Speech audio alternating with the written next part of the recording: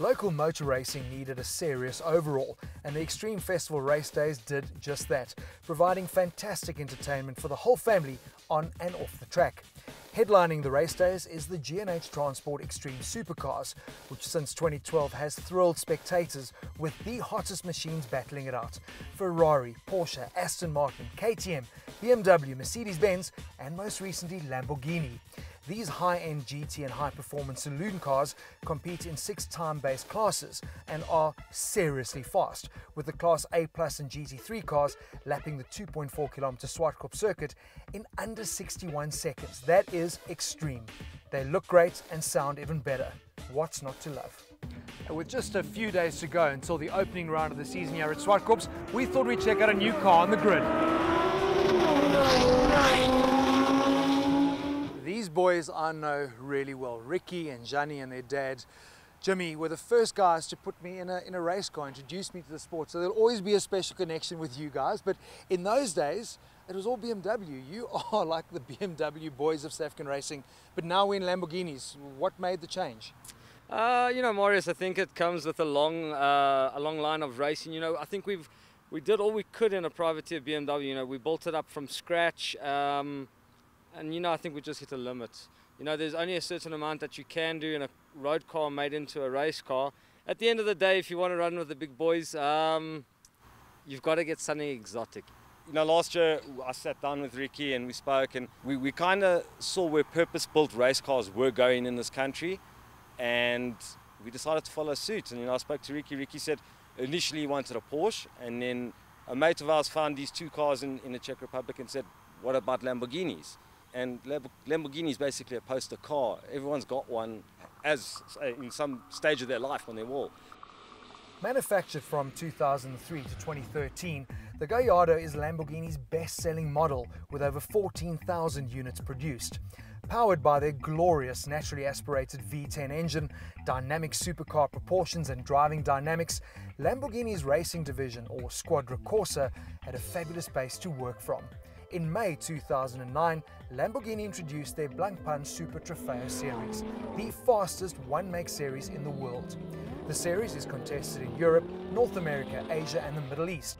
The LP564 chassis is reworked and the odd-firing 5.2-litre V10 gets a higher compression ratio, but is restricted to 570 horsepower, or in SA terms 419 kilowatts, and it comes fitted with their E-Gear 6-speed transmission with paddles. With an FIA homologated roll cage, carbon body panels and dramatic bodywork and aero package, this racing bull weighs in at just 1,300 kilograms. That's nearly 300 kgs lighter than its road-going version. Gianni's car is fitted with Öhlins GT3 4-way adjustable shocks and lightweight single-nut BBS rims which run on Pirelli slicks. And then of course there are the brakes. 6-pot GT3 Brembo racing brakes with 378mm discs all round. This is the real deal. What do you enjoy about racing in the series from a driving perspective? I think from a driving perspective, it's it's been able to battle it out with Porsches, Ferraris, Lambos, and I think it's just the spectators like it. And from us, we like to have the spectators here. I mean, we drive with some of the best drivers in the country, and what's better than the best drivers or the best equipment? It's obviously the best series. Can we stop talking cars? Can we start driving? Yeah, let's go for it.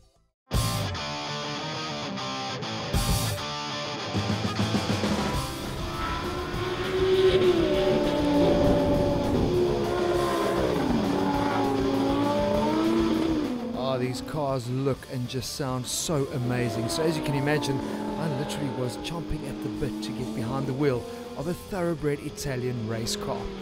As it would turn out, a little bit too exuberant. My time behind the wheel, sadly, way too short.